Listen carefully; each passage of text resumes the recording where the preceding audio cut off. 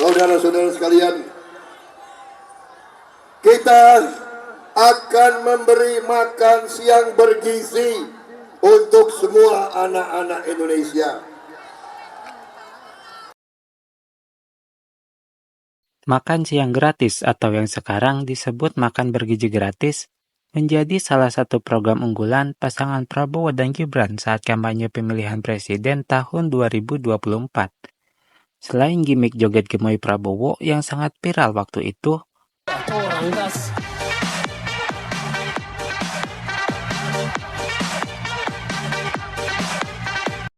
program ini juga berhasil menarik perhatian masyarakat untuk memilih pasangan tersebut.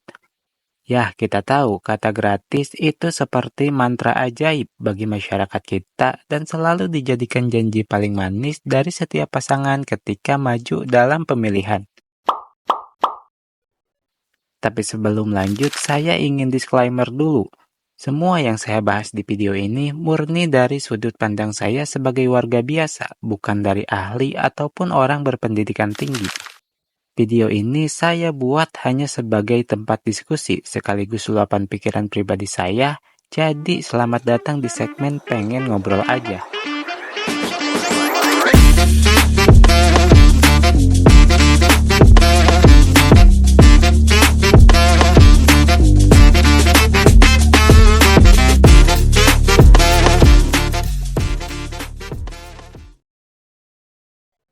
Program makan bergizi gratis ini sebenarnya adalah adaptasi dari kebijakan yang diterapkan di beberapa negara maju.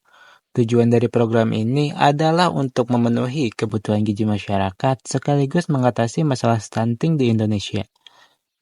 Kalau kita melihat data dari Good Stats, tahun 2020, Indonesia berada di peringkat kedua prevalensi stunting tertinggi di Asia Tenggara.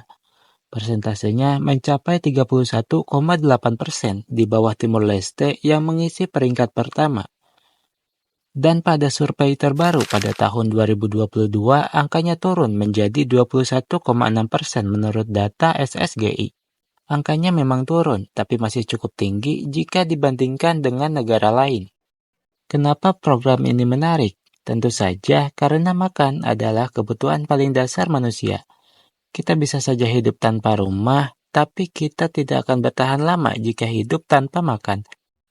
Jadi, program seperti ini lebih mudah diterima masyarakat dibanding dengan program internet gratis ataupun pendidikan gratis.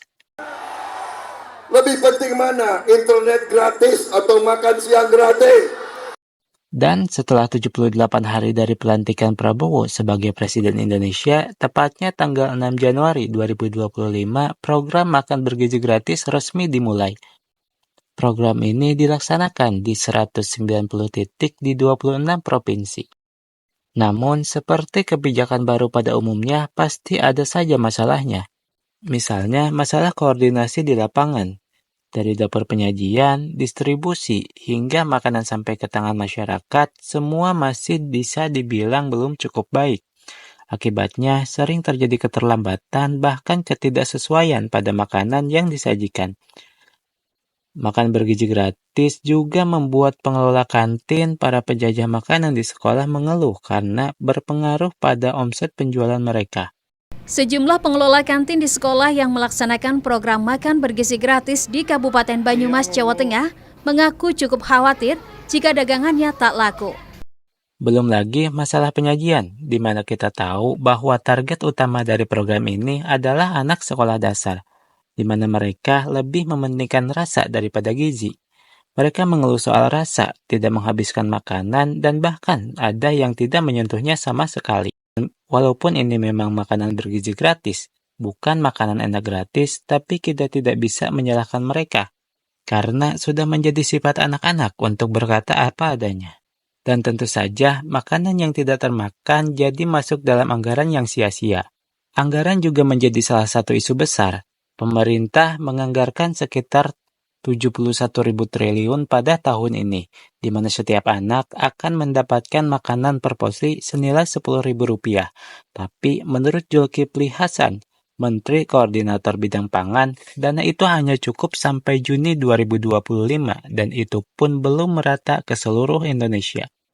Belum lagi masalah harga pangan yang berbeda di tiap wilayah, seperti di Papua misalnya. Harga bahan pokok di sana jelas lebih mahal dibanding dengan Pulau Jawa, di mana artinya pasti ada penurunan kualitas pangan dan gizi yang diterima di daerah tersebut. Mau bagaimanapun juga, ini adalah program baru, di mana banyaknya kekurangan dalam pelaksanaan adalah hal yang wajar dan dapat diperbaiki ke depannya. Program ini masih bisa berkembang jika saja pemerintah tetap konsisten dan memperbaiki kekurangan pada program ini untuk ke depannya. Walaupun ada pro dan kontra dalam pelaksanaannya, kita harus tetap mengapresiasi program ini sebagai itikat baik dari pemerintah terhadap warganya. Ini juga menunjukkan bahwa janji Prabowo pada saat berkampanye tidak hanya sekedar wacana belaka.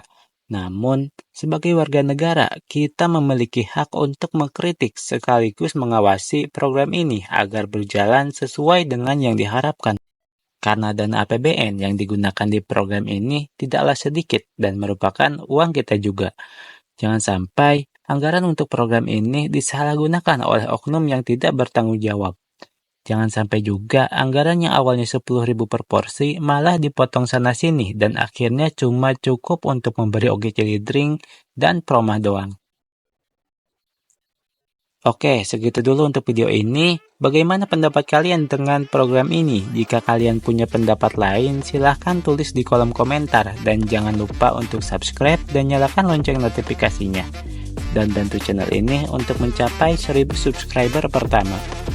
Terima kasih dan sampai jumpa di video berikutnya.